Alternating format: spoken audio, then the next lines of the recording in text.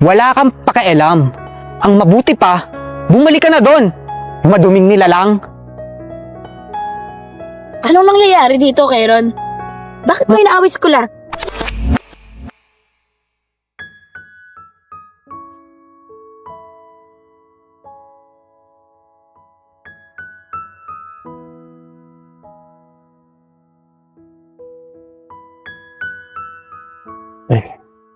Hoy, bago ka dito? Opo. May kailangan po ba kayo? Wala naman. Gusto ko lang makilala mo kung sinong amo mo dito. Di ba bago ka dito? Opo. Naku. Kayo po ba yung amo ko? Naku, maraming salamat po sa pagtanggap sa akin dito. Huwag nga akong hawakan. Dumi-dumi mo. Naku, sir. Pasensya na po kayo. Natuwa lang po talaga ako kasi sa wakas po, nagkatrabaho na ako. At makakatulong na rin po ako sa pamilya ko. Hoy, tinanggap kita dito para mapabilis naman yung mga ani dito. Wala akong pakialam sa mga pinapalamon mo. Opo, sir. Pasensya na po kayo. Babalik na po ako sa pinagtatrabahuhan ko po. Ayan, diyan ka nababagay sa lupa.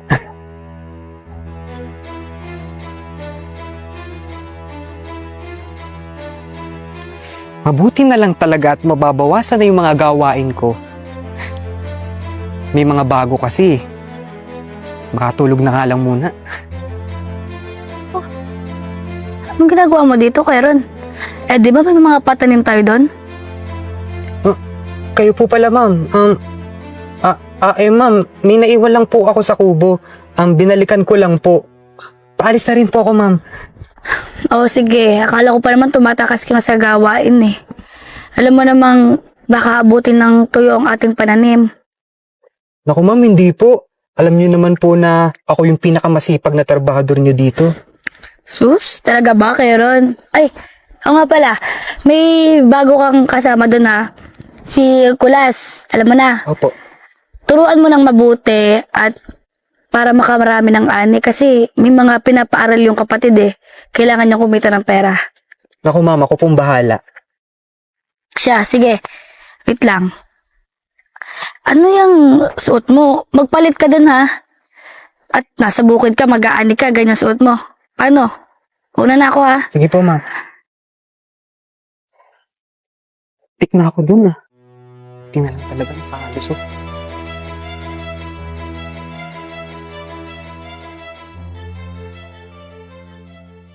Ano ba yan? Bagal mo namang kumilos. Kupad-kupad. Sir, kayo po pala yan. Binibilisan ko na po. Pero, teka, bakit ganyan po yung suot nyo? Anong ini-expect mong isuot ko? Pang-alis? Natural, nasa taniman ako. Ito yung susuot ko. Sige po sir. Tutuloy ko na po ito. Pasensya na po kayo. Alam mo, maganda mong gawin. Doon ka, sa kabila. Ako na dyan. Sige po, sir. Pasensya na po.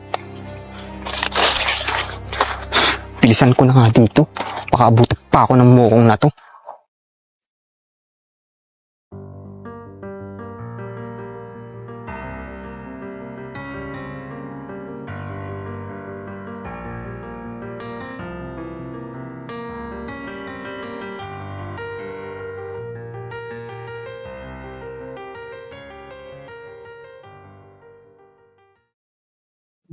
Sir, bakit po ang dumi-dumi nyo? Nagtanim din po ba kayo? Ano bang pakialam mo? Natural, magtatanim ako. Lupa ko to eh. Pasensya na po sir. Nagtataka lang din po ako eh. Alam mo ikaw, napaka-pakialamero mo rin eh, no? Tinanggap ka namin dito sa trabaho para magtrabaho ng ayos. Hindi para pakialaman ng buhay ko. Grabe naman po kayo. Pasensya na po. Nag-aalala lang po ako sa inyo kasi mainit po. Wala kang pakialam. Ang mabuti pa, bumalik ka na doon. Maduming nilalang. Anong nangyayari dito, Keron?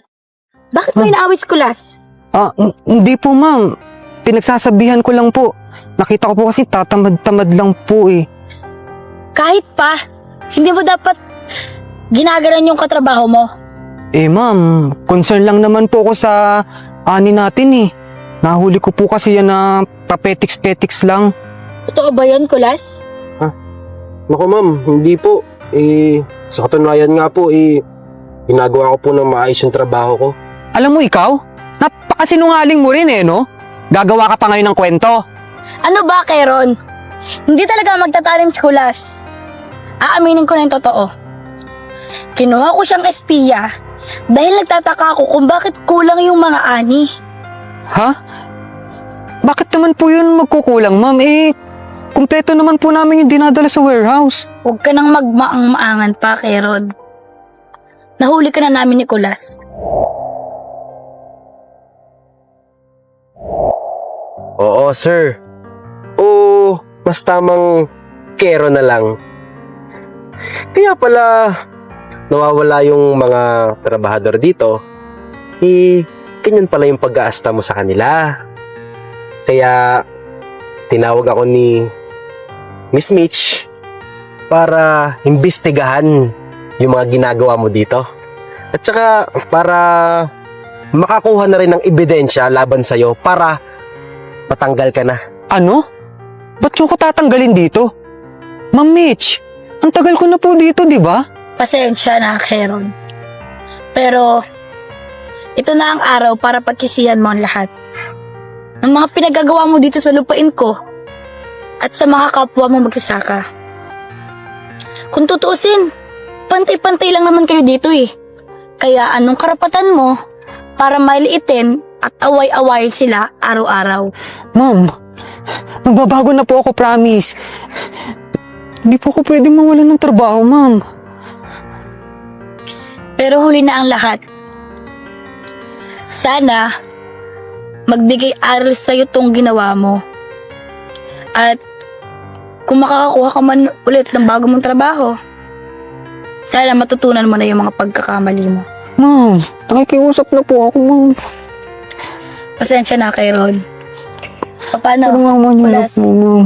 Maiwan ko na kayo. Una na ako ha. Sige po, ma'am. Alam mo ikaw, kasalanan mo to eh. Ikaw, sarili mo. Kasalanan mo yan. Diyan ka na nga.